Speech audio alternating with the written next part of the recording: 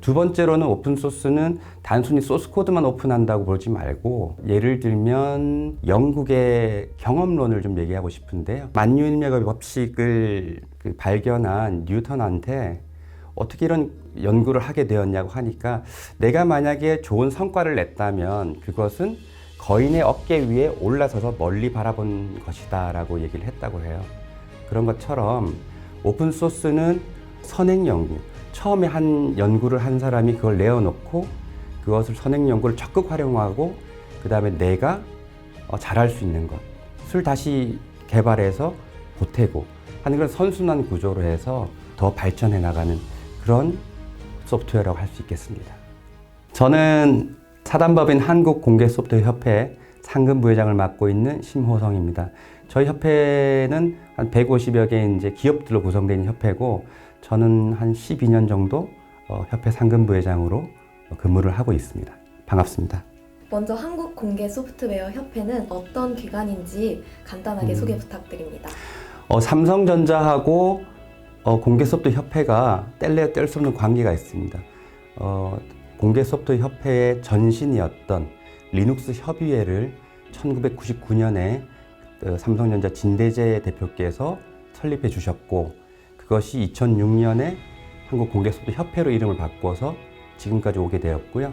한 150여 개 기업들이 회원인 협회이고, 한국 기업들과 함께 오픈소스 발전, 그리고 오픈소스 인력 양성, 다양한 마케팅 홍보, 그다음에 정책 제안 등을 하는 한국에서 하나밖에 없는 오픈소스 협단체입니다.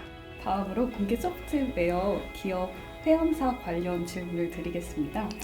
네, 삼성전자, LG, 그리고 KTDS와 같은 대기업이 협회에 가입하는 이유, 그리고 그 기업이 협회와 어떤 영향을 주고받는지 간단하게 설명 부탁드립니다. 여튼 우리 대기업들이 사실은 한국의 오픈소스의 기업 참여도가 낮다고 하지만, 현장에서 제가 바라보는 입장에서는 대기업들도 많은 역할을 하고 있습니다. 아주 선행적으로 글로벌 탑 클래스의 그런 연구들을 하고 계시고, 또 그 연구들을 통해서 산업 발전도 기여하고 생태계에도 함께 발전에도 많이 이바지해주고 계시고요.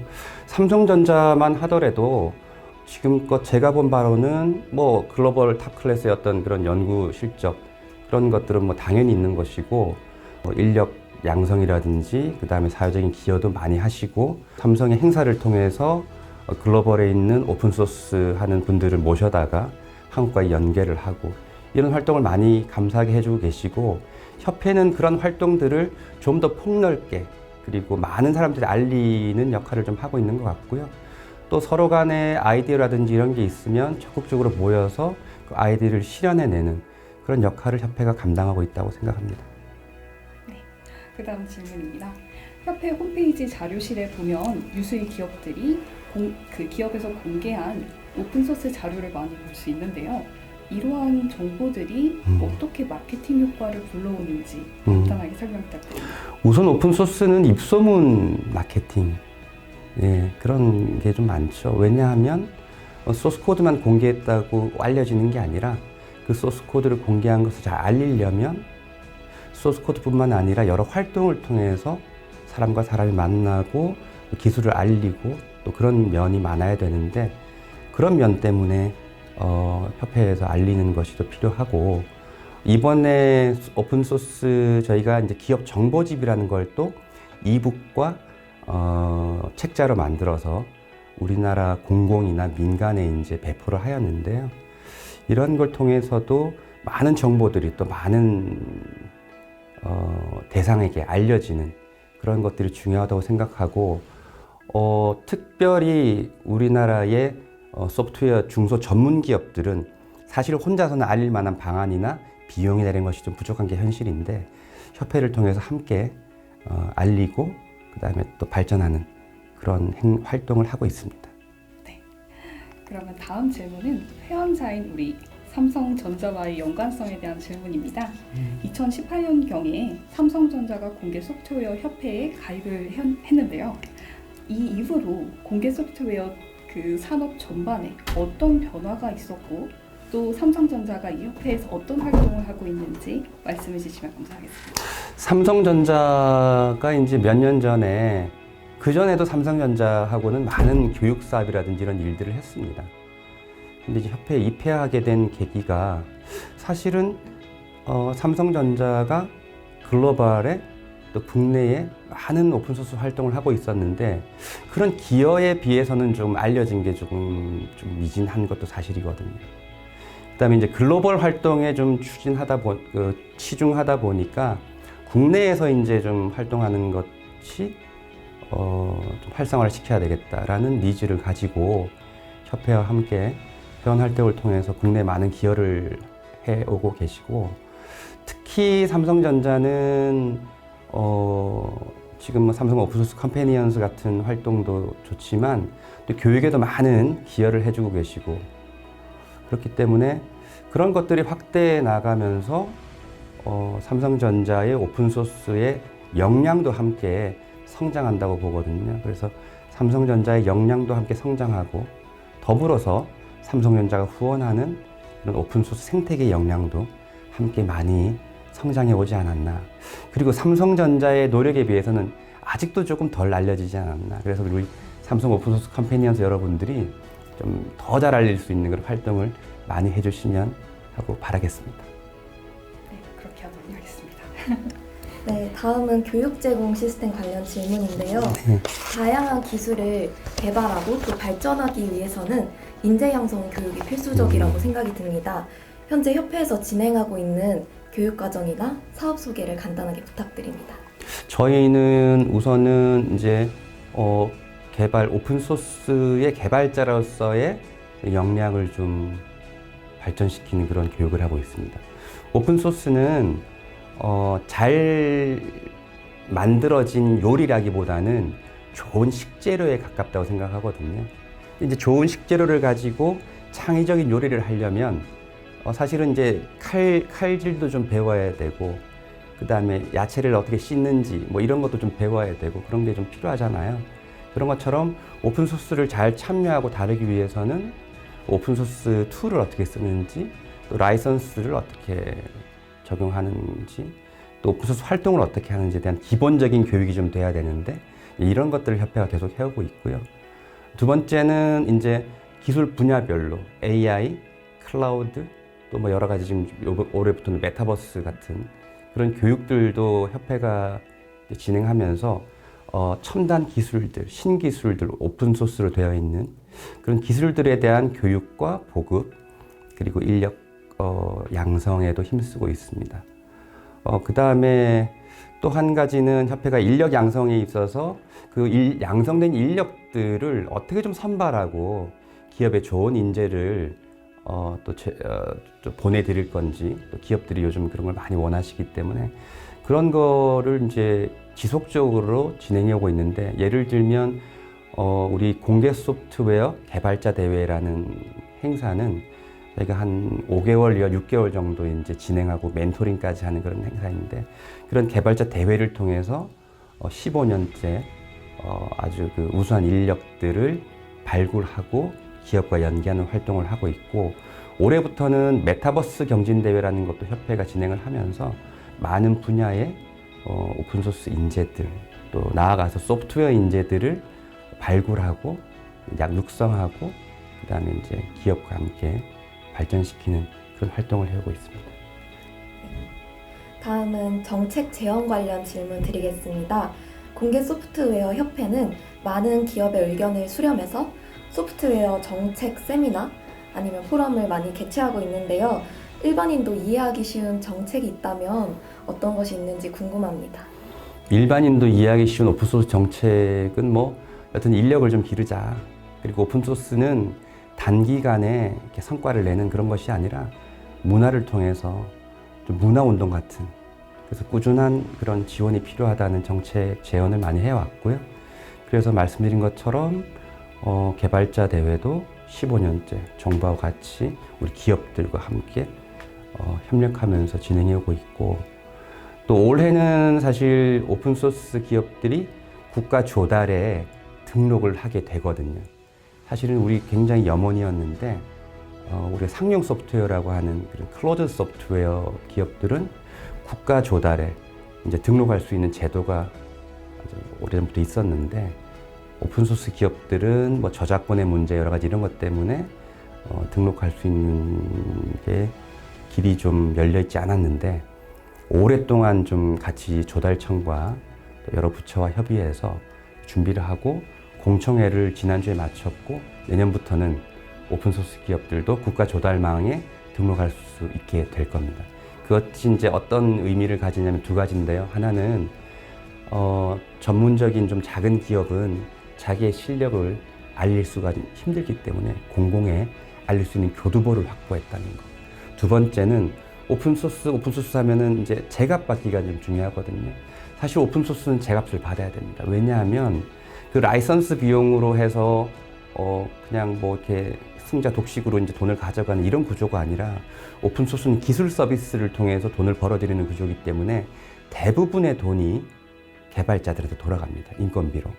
그렇기 때문에 더더욱더 오픈소스는 제값을 받아야 되는데, 제값을 받을 수 있는 근거가 법적으로 조달 등록을 통해서 마련되었다는 점이 이 두 가지가 굉장히 의미 있는 발전적인 오픈소스의 정책이라고 볼 수 있겠네요. 네, 감사합니다. 네, 그러면 R&D 지원 사업 및 산업 생태계 관련 질문 드리겠습니다. 지금 R&D 지원 사업에 있어 분야별 컨설팅을 지원해 주신다고 하시는데, 최근 들어 어떤 분야가 가장 많이 지원을 받고 있는지 답변 부탁드립니다. R&D에서 분야라고 어떤 분야? 분야는 여러 분야인 것 같아요. 근데 뭐 AI가 좀 많고, 그다음에 또 협회가 참여하고 있는 프로젝트들은 기초 연구가 많습니다.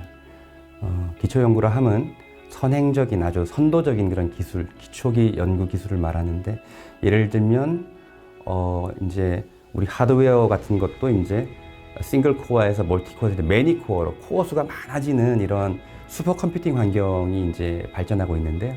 그런 때 어떻게 소프트웨어를 어떻게 보완 또는 발전시켜서 하드웨어 성능을 높일지 뭐 그런 것도 있고, 또 그다음에 이제 우리 가상현실 뭐 이렇게 하지만 또 우리가 홀로그램 아시잖아요.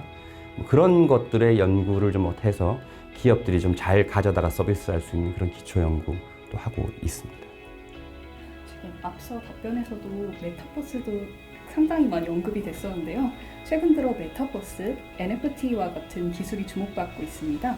이러한 기술들이 협회와 어느 정도 관계가 있을까요?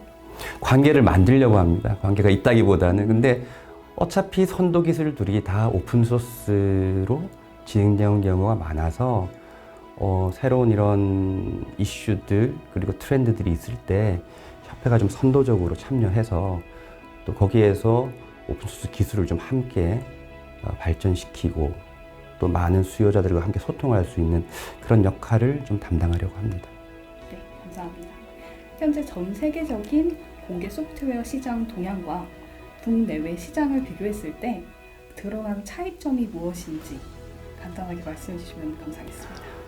지금 글로벌에서는 뭐 이런저런 기술이 아니라 거의 모든 기술이 오픈소스가 선도적인 기술로, 또 그런 기술을 잘 다루는 기업이 글로벌 탑급 또 플랫폼 기업으로 이제 성장하는 것 같고, 한국에서는 보통 이제 우리가 추산할 때 글로벌 대 한국의 비율을 한 2% 또는 어떤 분야에서 1% 정도라고 이제 보통 추산을 하더라고요. 그런데 우리가 좋은 개발자는 저기 기억은 안 납니다만은 2% 1%가 아니라 거기에 턱없이 부족한 개발자 수가 모자라다고 알고 있습니다. 그래서 우리가 개발자 확산 교육도 중요하지만 글로벌을 선도할 수 있는 좀 우수한 개발자들이 많이 좀 확보돼야 되겠다라는 생각이고, 바로 그런 점에서 앞으로 삼성전자와 협회가 해야 될 일이 더 많이 있는 것 같습니다. 그러면 지금 국내에서 개발자도 많이 부족하고 이렇게 시급한 해결해야 하는 시급한 문제가 있는 것 같은데, 이런 국내 공개 소프트웨어 시장을 활성화하기 위해 가장 먼저 해결해야 될 문제가 있다면 무엇일까요? 약간 제가 조달해서 말씀드린 것처럼 우선 제값을 받아야죠. 왜냐하면 다시 한번 말씀드리면 오픈소스는 기술 서비스를 통해서 돈을 버는 구조이기 때문에 사실 대부분의 그 비용, 그 소프트웨어 그 수익이 개발자의 인건비로 지급됩니다. 그래서 우수한 개발자가 어떻게 나오나요? 좀 제값을 지급하고 초를 잘해주면 우수한 개발자가 더 나온다고 보고, 그런 제값 받기 뭐 이런 것들이 가장 중요한 이슈가 아닐까 생각합니다. 다음은 삼성 오픈소스 컴패니언즈 관련 질문인데요. 네. 현재 공개 소프트웨어 협회에서 하고 있는 이런 일련의 활동들이 저희의 활동 목적과 굉장히 유사하다고 생각이 듭니다. 이 분야의 선배님으로서 혹시 해주고 싶은 조언이 있다면 한마디 부탁드립니다. 활동 열심히 하시고요. 지금은 리더십이 이제 완전히 다른 것 같아요. 예전에는 나의 것을 잘 지키고 그걸 통해서 노하우라 그러죠. 그런 것들이 이제 리더십이었다면 지금의 리더십은 노웨어 아닐까요? 또는 노후. 알고 있는 사람과 어디에 그런 것들이 있는지를 다양한 활동을 통해서 경험하면 그것들이 자신의 역량이 되는, 이제 더 이상 나 혼자 가지고 있는 노하우가 아니라 어디에 누가 있고 또 어떻게 협력할 수 있는지가 리더십의 큰 그런 방향인 것 같습니다. 그래서 여러분들의 활동이 앞으로 여러분들이 성장하시는데 큰 도움이 되리라 생각하고, 또 오늘 이렇게 인터뷰하지만 이외에도 또 우리 기업들과 또 많이 만나고 소통할 수 있는 그런 기회를 또 마련해 보도록 하겠습니다. 네. 비개발자들에게 공개 소프트웨어를 알릴 때 어떤 점을 중점적으로 홍보하시는지 궁금합니다. 아까 말씀드렸던 그거죠. 뭐 거인의 격에 올라서라. 우리가 나 혼자 다 아는 세상이 아니고 이제는 타인이 했던 그런 연구 성과를 적극적으로 활용하고, 대신에 또 내가 거기서 잘할 수 있는 것을 만들어서 추가해서 그걸 다시 기여하고, 그래서 그런 선순환 구조가 올라설 때 자기 발전, 큰 발전들이 이루어질 것 같습니다. 이제 마지막 3가지 질문이 남았습니다. 네, 벌써 그런가요? 네, 이제 개발자를 꿈꾸는 학생들에게, 그리고 이 분들이 앞으로 개발을 하면서 공개 소프트웨어를 어떻게 활용해야 할지 방향성을 어떻게 잡아야 될지, 방향성을 어떻게 잡아야 될지, 그리고 갖춰야 할 자세에 대해서 말씀해 주시면 감사하겠습니다. 뭐 갖춰야 할 자세까지는 제가 감히 말씀드리기 그렇고, 그러나 우리가 제가 조금 전 말씀드린 것처럼 이제는 리더십의 변화, 또 세상의 변화가 왔다. 그래서 적극적으로 남과 교류하고 타인과 교류하고 또 나의 것을 기꺼이 내어놓고 또 남들의 것을 잘 습득하면서 함께 발전시키는 이런 내 마음가짐의 변화, 그리고 그런 것들이 워킹한다는 그런 게 중요한 것 같고요. 우리 사회나 우리 기업들도 바로 이런 인재들을 좀 더 채용하고 좀 더 높이 평가하고 또 뭐 연봉도 좀 많이 드리고 이런 것들이 됐으면 좋겠고, 그러기 위해서는 철학만 가지고 되는 것은 아니다. 그래서 철학을 가지고 거기에 임하되 그 철학을 내가 운영할 수 있는 기본적인 지식, 아까 제가 말씀드렸던 그런 도구라든지 라이선스라든지 그런 프로젝트에 함께 참여해 보는 것도 좋을 것 같습니다. 그 다음에 독서를 많이 해야지 이제 지혜를 얻는다. 옛날부터 뭐 그런 말 많잖아요. 우리 소스 코드, 그 코드도 이게 잘 구현된 언어로 된 책이거든요. 그래서 어떻게 잘 자기의 실력을 높일까 중에 하나가 많은 소스 코드를 읽어보자. 소스 코드를 많이 접할수록 나의 실력이 향상되기 때문에 소스 코드를 많이 접해보시기 바랍니다. 네, 부회장님께서 생각하시는 오픈소스란 무엇인가요? 오픈소스란 어렵네요.